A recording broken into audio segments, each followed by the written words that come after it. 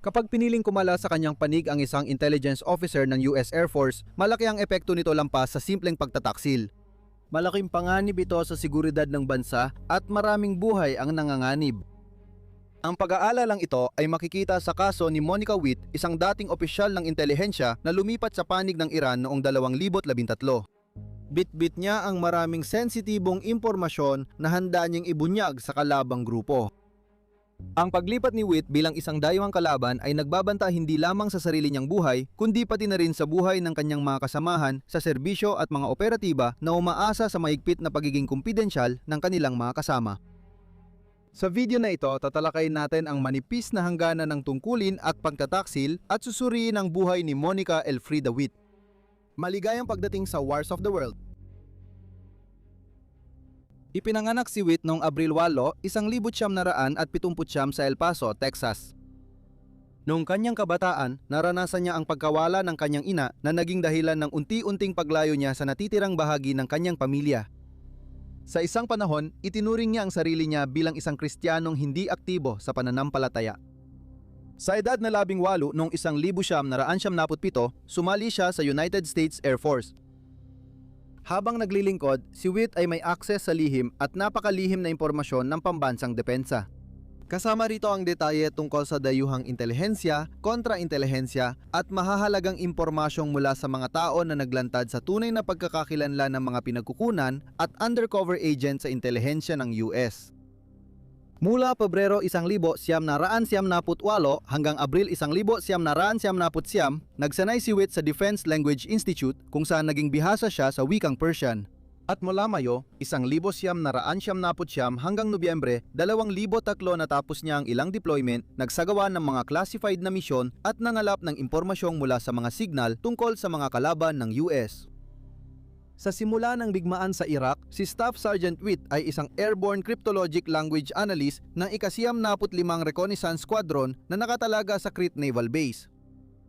Sa loob ng 3 linggo matapos magsimula ang labanan noong Marso 22,000, nagkaroon ng matinding combat operations kung saan nagsilbi si Witt bilang miyembro ng aircrew sa isang Boeing RC-135 VW rivet joint. Dahil sa natatanging ambag niya, ginawaran siya ng Air Medal ni Pangulong George W. Bush ng Estados Unidos bilang pagkilala sa kanyang katapangan, husay at dedikasyon sa tungkulin. Nobyembre 2003 lumipat si Witt sa Andrews Air Force Base at nagsimula bilang espesyal na ahente sa Air Force Office of Special Investigations. Nakatuon ang kanyang trabaho sa investigasyong kriminal at kontra-intelihensya. Habang naroon siya, ilang beses siyang na-deploy at nagsagawa ng mga classified na operasyon sa gitnang silangan. May access siya sa Special Access Program na naglalaman ng sensitibong impormasyon, kabilang ang mga detalye tungkol sa mga kasalukuyang pagsisikap sa kontra-intelihensya, tunay na pangalan ng mga source at pagkakakilanlan ng mga ahente ng US na sangkot sa kanilang pagre-recruit. Sa buong karera niya sa militar, naglingkod si Witt sa Saudi Arabia, Diego Garcia, Greece, Iraq at Qatar at tumanggap ng Air Medal, 3 Air Force Commendation Medals at 3 Aerial Achievement Medals. Para sa kanyang mga nakakataas at mga kasamahan, isa siyang huwarang opisyal na naglilingkod at noong panahong yon ay wala silang ideya na pagtataksilan niya sila sa pinakamasamang paraan. Mukhang ang naging turning point ay ang kagustuhan niyang magpalit ng reliyon sa Islam. Kalaunan ay sinabi niya na ang pagtutol at mga hamon na naranasan niya mula sa Air Force tungkol sa kagustuhan niyang ito ay naging mahalagang mga salik na nakaapekto sa kanyang desisyon na lisanin ng militar at noong 2008 ay umalis siya sa serbisyo bilang isang technical sergeant. Sa waling bahagi ng taon, nagtrabaho si Witt sa Maryland para sa Booz Allen Hamilton bilang defense contractor. Sa papel na ito, nagbigay siya ng mga serbisyong konsultasyon na nakatuon sa Iran gamit ang kanyang kaalaman sa wika at mga kultural na pagkakaiba. Sumali siya sa Senega Federal Systems bilang Middle East Desk Officer na mahala at nagkoordina ng sensitibong counterintelligence operations na nakatuon sa mga ahensya ng banyagang intelihensya sa buong mundo. Noong 2010 iniwan ni Witt ang kanyang mga posisyon sa intelihensya ng Estados Unidos at nawala ang kanyang top secret SCI clearance. Matapos ang karera sa militar, nag-aral siya sa Universidad ng Maryland at nagtapos ng bachelor's degree. Pagkatapos, nag-enroll siya sa graduate program ng Universidad ng George Washington na nakatuon sa Middle East Studies. Napansin ng mga kaklase niya ang pagbabago sa ugali niya sa panahong ito. Pagbalik mula Iran, nagsimulang magsuot ng hijab at nagpahayag ng paghanga sa bansa kasabay ng pagyakap sa Islam. Inilarawan ng marami niyang kaibigan na mailap at malayo ang loob niya at may ilan ding tumawag sa kanya na radikal. Minamalit din niya ang mga panganib ng programa ng enerhiyang nuklear ng Iran. Kapag may magkaibang opinyon, si Witt ay na-offend kapag iniisip na pwedeng questionin ang intensyon ng Iran at mukhang totoong nababahala sa mga sumunod na hindi pagkakaunawaan. Laging ipinapahayag ni Witt ang matinding pagsisisi sa paglahok niya sa drone strike, extrajudicial killings at kalupitan sa mga bata tuwing napag-uusapan ang kanyang serbisyo militar. Tinawag niya refleksyon ng kakulangan sa kakayahan ng mga nakatataas ang mga karanasang ito nung nasa ibang bansa siya. Kalaunan, binatikos niya ang kulturang nagpapalampas sa sexual harassment sa sandatahang lakas ng Estados Unidos. Pebrero 2012, bago magtapos sa Universidad ng George Washington, pinaniniwala ang sinimulan ni Witt ang planong pagtaksila ng Estados Unidos at lumipat sa panig ng Iran. Noong Pebrero 2012, nagpunta si Monica sa Iran upang lumahok sa International Conference on Hollywoodism. Puno ang kaganapang ito ng anti-kanluraning pananalita na kinokondena ang moral na halaga ng US at nagpapalaganap ng sentimientong kontra Amerika. Nagbahagi ang mga dumalo ng anti-Semitikong pananaw at nagpalaganap ng mga teorya ng sabwatan kasama ang Holocaust denial. Habang nasa Iran, voluntaryong nagpa-video si Witt, ipinakilala ang sarili bilang US military veteran at naglabas ng puna laban sa pamahalaang federal ng Amerika. Ipinakita sa telebisyon ng Iran noong bandang huli ng buwang iyon ang kanyang mga pahayag at pagyakap sa Islam. Makalipas lamang ang ilang sandali matapos maglabas ng babala ang FBI kay Witt na nagsasabing siya ay target ng pagre-recruit ng intelihensya ng Iran, tiniyak niya sa mga awtoridad ng US na hindi siya magbabahagi ng anumang sensitibong impormasyon sa Iran. Wala pang isang buwan, nakipagtulungan na si Witt kay Masyar Hashemi, isang Amerikanong Iranyanong mamamahayag at media personality. At mula Hunyo 2012 hanggang Agosto 2013, regular siyang nakipag-ugnayan kay Hashemi at nagpakita ng mga kilos na nagpapahiwatig na siya ay kumikilos bilang isang operatiba para sa intelihensya ng Iran. Sa mga usapan nila ni Hashemi, iminungkahi ni Witt ang paglalabas ng intelihensya at sinabing, kung wala ng ibang paraan, pwede kong ilantad ang programa tulad ng ginawa ni Snowden o pag-isipang mag-defect sa Russia. Ipinahayag niya ang labis na pagsisisi sa kanya naging bahagi sa tinawag niyang malulubang krimen sa digmaan habang nasa Air Force. Noong Hulyo 2013, lumabas sa investigasyon na hinanap ni Witt sa Facebook ang mga dating kasamahan niya sa counterintelligence. Mas naging interesado siyang makipag-ugnayan muli sa isang operatibang nakatrabaho niya sa isang special access program at sa asawa ng isa pa niyang katrabaho.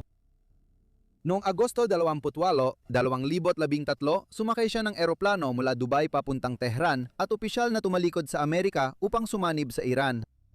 Hindi alam ng mga kaibigan niya sa US ang mga plano niya at huli silang nakabalita mula sa kanya noong tag-init ng 2013. Noong panahong iyon, iniulat na nasa Afghanistan o Tajikistan siya at di umano'y nagtuturo ng Ingles. Pagkalipas ng ilang buwan na walang komunikasyon, lalo silang nag-alala para sa kanyang kaligtasan at kalaunan ay inireport siyang nawawala. Ang investigasyon ng FBI tungkol sa kanyang pagkawala ay nagbunyag kung ano talaga ang ginagawa ni Witt. Pagdating ni Witt sa Iran noong 2013, binigyan siya ng tirahan at tinulungan gamit ang makabagong teknolohiyang pang-computer para suportahan ang pakikipagtulungan niya sa pamahalaan. Ilang sandali matapos niyang dumating, gumawa siya ng isang matindi at nakakabahalang hakbang sa pamamagitan ng pagbubunyag sa mga opisyal ng Iran ng codename at mga detalye ng operasyon ng isang napakasensitibong special access program na may access siya rito nung siya ay nasa US Department of Defense. Ang seryosong paglabat na ito ay hindi lamang naglagay sa kanya sa panganib, kundi nabunyag din ng mga classified na operasyon ng intelihensya ng US. Mula Enero 2014 hanggang Mayo 2015, si Witt ay nasangkot sa mga subversibong gawain sa pamamagitan ng paggawa at pamamahala ng maraming pekeng Facebook account. Gamit ang pekeng pagkakakilanlan, inimbestigahan niya ang mga dating kasamahan sa US intelligence, nangalap ng impormasyon at gumawa ng target packages. May mga profile at dato sa mga package na pwedeng makatulong sa Iranian intelligence sa kanilang recruitment. Pinalawig pa ni Witt ang kanyang ginawa sa pagbunyag ng totoong pagkakakilanlan ng isang US intelihensya operatiba at pagsira sa mga pagsisikap sa kontra-intelihensya. Nagdulot ito ng matinding pag-aalala sa mga opisyal ng US at tinawag ng Executive Assistant Director ng FBI para sa National Security ang kanyang mga ibinunyag na malaking banta sa pambansang seguridad. Bunga ng kanyang ginawa, lumitaw ang kahinaan ng US intelihensya at nagdulot ng pag-aalala sa kaligtasan ng mga operatiba at integridad ng mga lihim na operasyon. Iniulat din na siya ay may malaking ginampanan sa interogasyon ng 10 mandaragat ng United States Navy na nahuli nung insidente sa dagat ng US-Iran noong 2016. Isang matinding krisis na sumubok sa ugnayang diplomatiko ng dalawang bansa.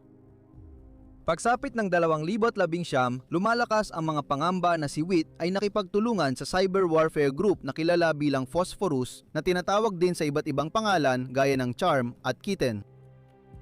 Nakilala ang grupong ito sa kanilang sopistikadong hacking at pagtutok sa kilalang tao at organisasyon.